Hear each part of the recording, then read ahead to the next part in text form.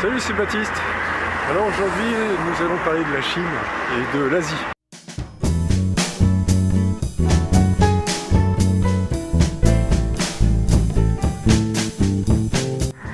Bonjour, c'est Baptiste. Alors pourquoi est-ce qu'il faudrait s'intéresser à l'Asie en fait? Au-delà du fait que c'est certainement un super endroit. J'y ai pas encore mis les pieds, mais ça pourrait me plaire.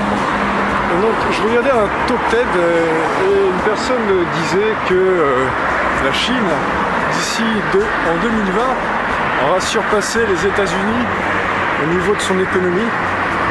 Et donc, ce qui fera de la Chine le plus grand, le premier pôle économique mondial.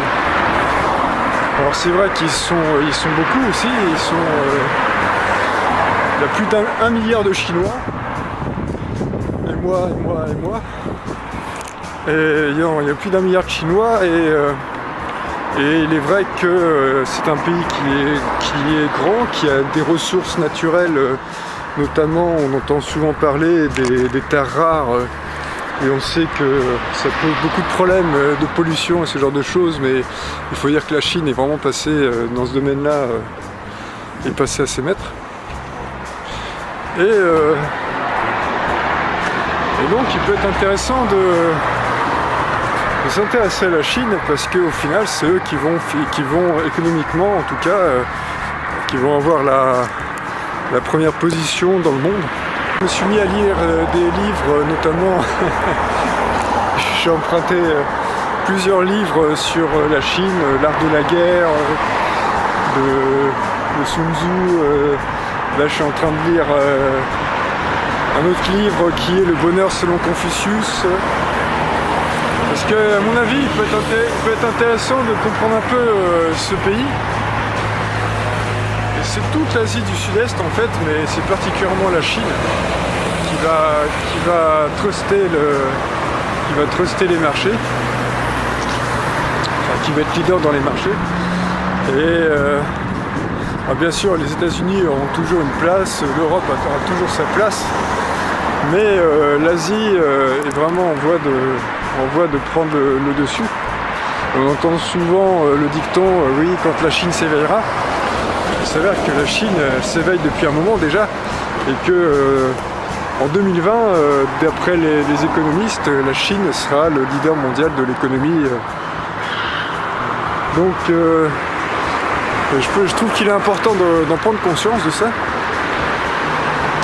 et de s'informer, de commencer à s'informer un peu sur ce pays, sur cette culture et de voir un peu comment ils pensent et quelle est un peu leur histoire, etc. Parce que je pense qu'au fur et à mesure, les gens par exemple qui font du commerce avec la Chine, qui font du commerce en général, risquent d'être, vont être certainement confrontés à un moment de faire du commerce avec des Chinois ou faire du commerce en Asie. Et ça peut être intéressant de se former sur leur culture. Alors après, il faut savoir que la Chine aussi, c'est issu il y a une multitude c'est un pays qui a une histoire un peu mouvementée et donc qui est basé sur le confucianisme jusqu'à un certain moment. Et quand Mao a fait sa révolution culturelle, il a mis le confucianisme dehors. Le confucianisme prône une certaine comment dire. Le traditionnalisme en fait, un respect des traditions, c'est un respect des rites, et des coutumes, etc. Et donc Mao, lui, il avait mis ça un petit peu dehors parce qu'il pensait que ça allait empêcher la Chine de se développer sur le monde. Et maintenant, on s'aperçoit qu'au fur et à mesure, les gens commencent à retourner vers le confucianisme. Ils commencent à s'y réintéresser parce que ça refait le lien vers leur culture profonde en fait. Confucius, c'était un sage de 500 avant Jésus-Christ. Et donc ça refait le lien vers leur... c'est beau, hein. Je ne voulais pas dire, mais c'est très très beau là. Et ça refait le lien vers leur nature profonde. Et après, ils ont d'autres sages, il y a Lao Tzu, et puis ils ont une certaine façon de penser qui apparemment est vraiment très très différente de la nôtre. Et même dans leur culture, j'ai envie de dire, même dans leur façon d'appréhender l'être humain, même dans leur médecine. La médecine chinoise fait appel à un tout, c'est-à-dire que l'être humain, il considère que l'être humain est un mélange entre l'esprit et le corps, en fait, les énergies de l'esprit et du corps. Alors que la médecine traditionnelle, comme ici elle est pratiquée, moi je m'en aperçois parce que quand j'étais allé faire un petit tour, j'avais deux, trois trucs là, et j'étais allé faire un petit tour à l'hôpital là, il y a quelques années. On s'aperçoit qu'en fait ça n'a rien à voir. Là-bas ils dissocient complètement, c'est-à-dire que même ils donnent des médicaments, des trucs, mais on s'aperçoit qu'ils dissocient quand même pas mal le corps de l'esprit. En tout cas, c'est un peu l'impression que ça donnait. Par exemple, à l'hôpital, on ne trouve pas de thé vert ou ce genre de choses. Il n'y a pas de choses comme ça, quoi, de trucs qui soient vraiment... Moi, ça m'avait un peu frappé, ça, quand j'étais allé faire mon petit tour là-bas. Et donc, ça peut être intéressant de se former à leur culture et de les regarder un petit peu de plus près, parce que au final, déjà, ils sont très nombreux. Et puis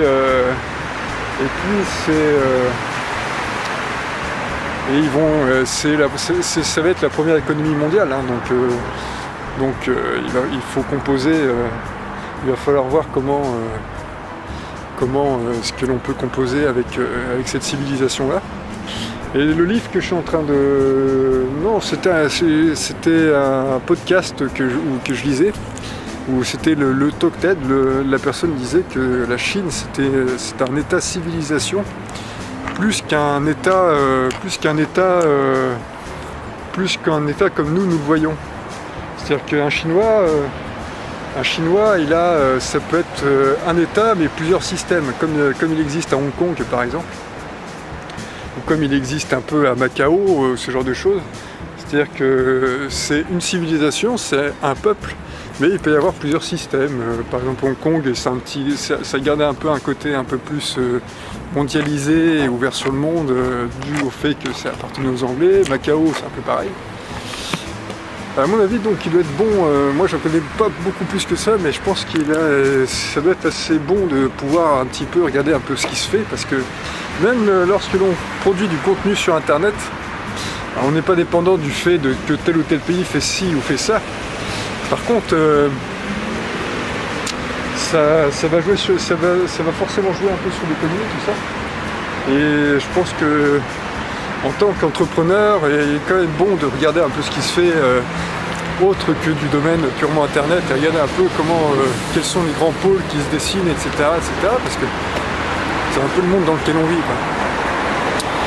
Voilà, écoutez, si vous avez aimé ces vidéos, vous pouvez me laisser un pouce, vous pouvez vous abonner, vous pouvez aller voir sur Facebook, vous pouvez me laisser un pouce, ça je l'ai déjà dit, vous pouvez regarder, cliquer en haut à droite de votre écran pour retrouver mon e-book gratuit, clé pour retrouver son énergie.